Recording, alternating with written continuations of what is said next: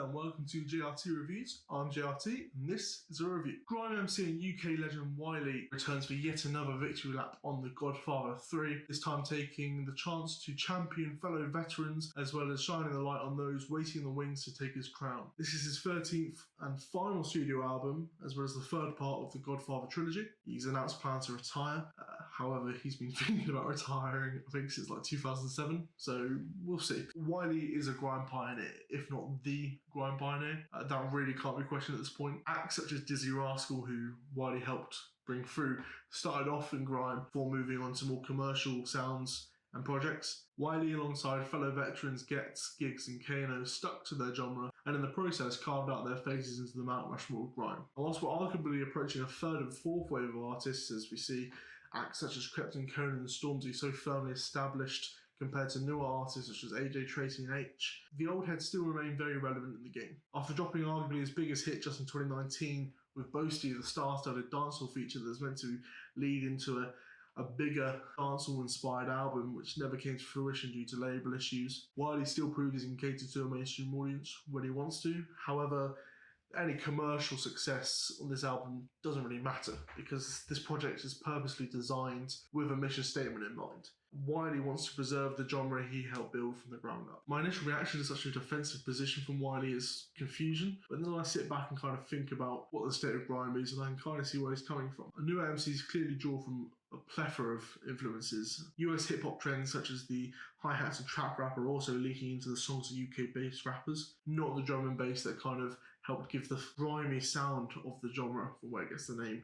In more modern beats, we're not hearing that jungle-inspired vibe anymore. Even the UK drill scene is really growing in size, and whilst the two share a very similar dark and dingy sort of sound and vibe, they are quite different. Add into the mix the rise of popularity of dancehall and Afro swing, which is attracting traditionally strictly grime artists. You can kind of see where Wiley's coming from and why he's a bit worried about game going out with him. Personally, the genres grow and change, adapt and improve by taking influences from all sorts of music, but I can see why Wiley is worried that his specific sound that has inspired this genre is going to fade away with him, meaning the supposed new faces of the genre are a little bit watered down compared to those that came before him. The sound of this album though is firmly placed in that older era of grime with the jungle-inspired beats, the grimy bass lines that we all are familiar with. There is a massive 30 MCs on this featuring, some a few times, multiple times, and then there's a plethora of producers as well. It really is a jam-packed project. Somehow though it does work. The opening leg of the album is an energetic, fast-paced start that outlines exactly what Wiley wants to do with the project. In the opening song, aptly named Intro, he states,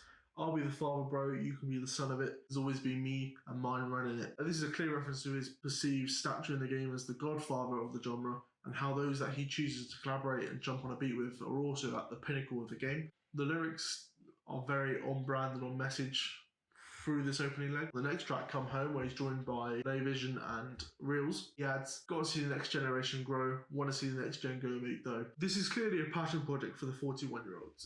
Who has genuine concerns about what grime will be when he's gone. It's lines like this that show that it isn't just a self-centered view, that whilst yes he's a bit worried about his specific sound dying out, what he helped build, just the genre as a whole was evolved into, he really cares about it, and it's really interesting to see. It's not really an issue traditionally in other forms of hip-hop and other genres. It's not really an issue people tackle. They kind of just presume everything's healthy. There's a more self-centered view where if it's going good for you, it doesn't matter. If you're the only one selling records, it doesn't matter. But for Wiley, this is very personal, and I have a lot of respect for that. Following that track is The Game, which is somehow another solo track, despite how many features we get to get through. Once again, Wiley is highlighting his stature in the game, pointing out that he came before fellow acts such as Getz and Kano, who we kind of bundle in all together, as I did earlier. If there's any doubts about the intentions of this project, the title of the next track, To Protect the Empire, just banishes them. It does what it says on the tin. The track masterfully combines the concept of being on top of the genre, building up the empire, but also thinking about your legacy once you're gone and bringing through, passing the torch on to the next generation. Fellow old heads, Jammer and K9, jump on the track. They share the sentiment very well. overall, it's a nice song. It's very well rounded. I like the idea, the concept, and the execution. At times, yeah, the project does feel a bit bloated. It's the case normally on a 22 track list. However, the pacing is fairly good throughout, actually. No track overstays its welcome, really. No track is actually longer than 3.5 minutes. Understandably, though, on a 22 track album, there is some filler. But overall, it is quite consistent and cohesive as a project. To be honest, it is a nice change to have a 20 plus track list that actually is strict with how long the songs are. It doesn't really feel like a slog at all because the songs come through at a regular and quick pace. And whilst cramming 30 features into an album seems detrimental, it does produce my favourite moment of the album. The star-studded Eskimo Dance is only 3.5 minutes long, which is the traditional max length of a single. However, there are 12 MCs on this spitting bars over beats from 13 producers, and that sounds like chaos on paper. However, it's actually the preservation of an old school grime tradition, the 8-bar rally, where an MC will spit for 8 bars and then quickly pass the mic on to the next. This produces just a track with so much energy that just doesn't stop. It's just infectious. It's just, yeah. You got Delusion, K9, Capo Lee, Flowdan, Jammer, Ten Dixon, Ears, Jams, Breeze, Big Spings, and Temper T in that order, as well as Wiley. And there's a beat switch ups for every artist that comes on, producing a unique sound and personality of each MC, which is really amazing considering some of these beats are repurposed, but somehow the MC makes it work.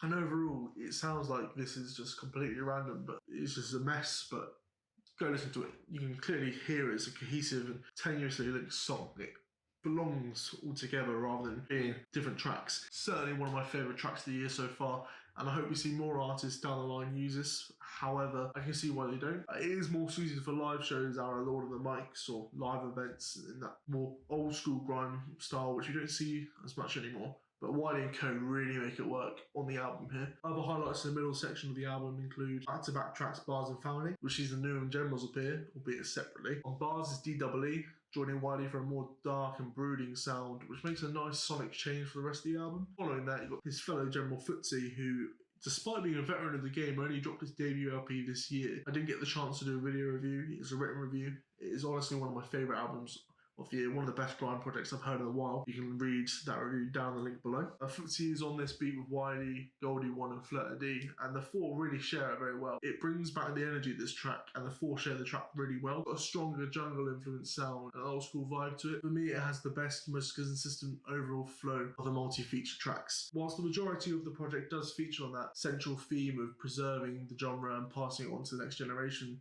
Wiley does segue into more personal topics. Tracks such as Alla Dem, Amsterdam, Bruce Wayne, Balance, Free Spirit, and a few others probably could have fit better on a different project, more suited towards discussing those personal matters. However, they're decent songs. They either clog up the track list at worst or add nothing. However, if this is Wiley's last album before retirement, as he claims, I can see why he'd want to put all his thoughts onto one last project. It would be harsh to call this album front-loaded, however the second leg does falter. After the track Starring, which sort of brings the album back on track after a personal segue, we have K9 and Jammer returning, but also joined by Ghostly27. Yes, it's another track analysing the MC's stature in the game and bragging about it. However, the fact that there's fresh blood in the form of Ghostly27 does help change it up. Other highlights of the back end of the album is the aptly named South London and West London, which sees Wiley share the mic with MCs from South London and then West London.